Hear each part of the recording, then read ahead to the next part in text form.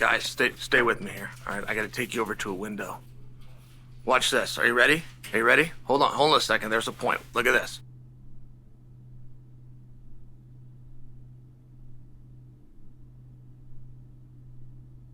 You guys see that?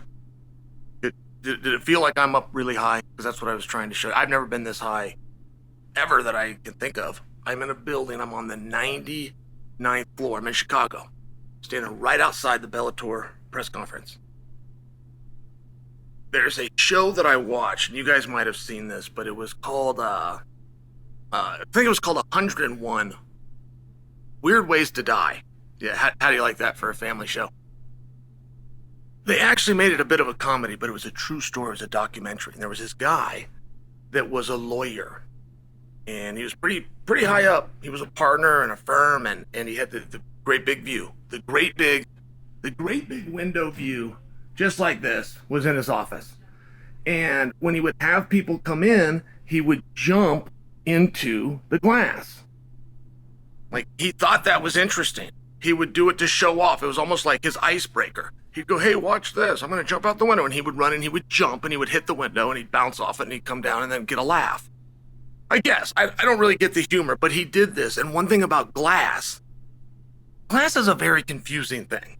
Like, ballistics are confusing, but far less confusing than the way glass works, right? So glass might spring you off 20 times and one time it doesn't. Well, this was the one time it didn't. He was showing it off and he goes straight through the glass. And it made the television show 101 Weird Ways to Die. Why do I bring that up? Well, I bring it up because I am so high above everything. Yeah, I'm from Portland. And we don't have any records or even close to, the tallest building. And you couldn't fill in the blank. You could have the tallest building in Portland, but you couldn't have the tallest building in all of Oregon, the tallest building in the Northwest. The tallest building built in the month of January in the year 1950. Like, we have no records for that. And these buildings out here would be considered skyscrapers in Oregon. Skyscrapers where I'm from are that far beneath me. Now, you either find this interesting or you don't, but there is a point, and here's the point. So I'm at the press conference, right? We're getting ready to go. The audience is filled in. Right around this curtain, they fill in. I walk out last. They are getting ready to call me. And if they do, I'm going to take you guys with me. Yoel Romero's not coming.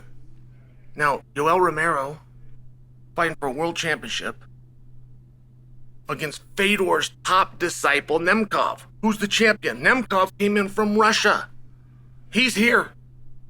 Romero came in from Florida. He is here. What is the difference? The difference is Nemkov got in the elevator and he came up 99 flights the same as I did, and Romero said, I'm scared of heights, and he went back to the hotel. And I am not teasing in the least Yoel Romero. But admit that's interesting. This is a man, okay, in Yoel Romero. This is a man who was in the Olympic Games in 2000. Didn't get what he wanted. Lost in the medal match, in fact. Did not get what he wanted. So he came back. And that was in 2004. He came back in 2008.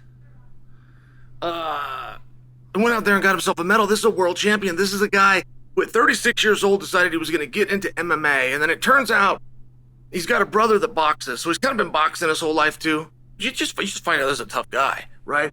This is a guy who they have speculated about being on PEDs, which, by the way, he's not, because his body looks so damn good and they just can't even justify it, right? This is a special athlete. This is somebody that you guys respect. This is somebody who lost in the UFC, and his very next fight was for the championship in the UFC. Are you aware of that?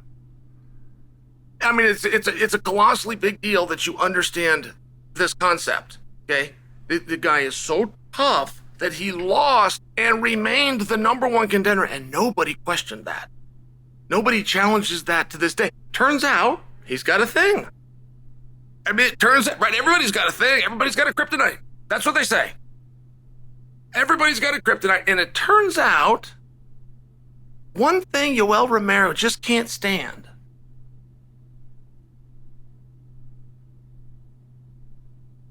is heights.